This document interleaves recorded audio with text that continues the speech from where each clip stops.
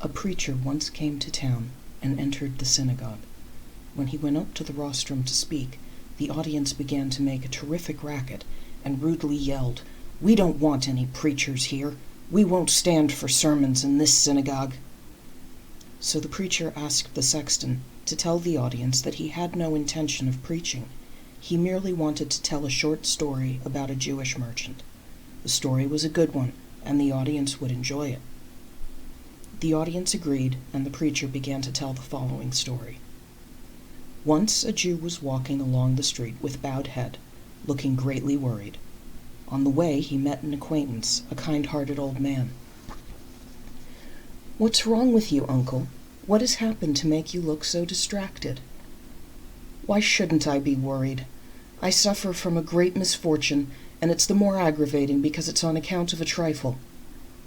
As you know, I am a merchant. At present, I'm negotiating with the local nobleman about an important business deal. I have the bright prospect of earning quite a bit of money on it. This would indeed be very welcome, because it would enable me to marry off my daughter and still have a neat sum left for myself. Unfortunately, I cannot close the deal on account of an idiotic trifle. The nobleman invited me to his house, and when I entered the courtyard, a pack of angry dogs fell upon me like tigers and wanted to tear me to pieces. I ran away, almost leaving my soul behind." "Rest easy," the old man then told him. "I have good advice for you. Go again to the nobleman and utter the following words of the psalmist when the savage dogs come out. 'Cease from anger and forsake wrath.'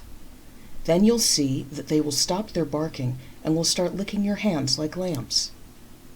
The merchant went again to the nobleman and entered his courtyard, but the dogs fell upon him as fiercely as before, and before even he had a chance to recite the words of the psalmist, they nearly tore him to bits.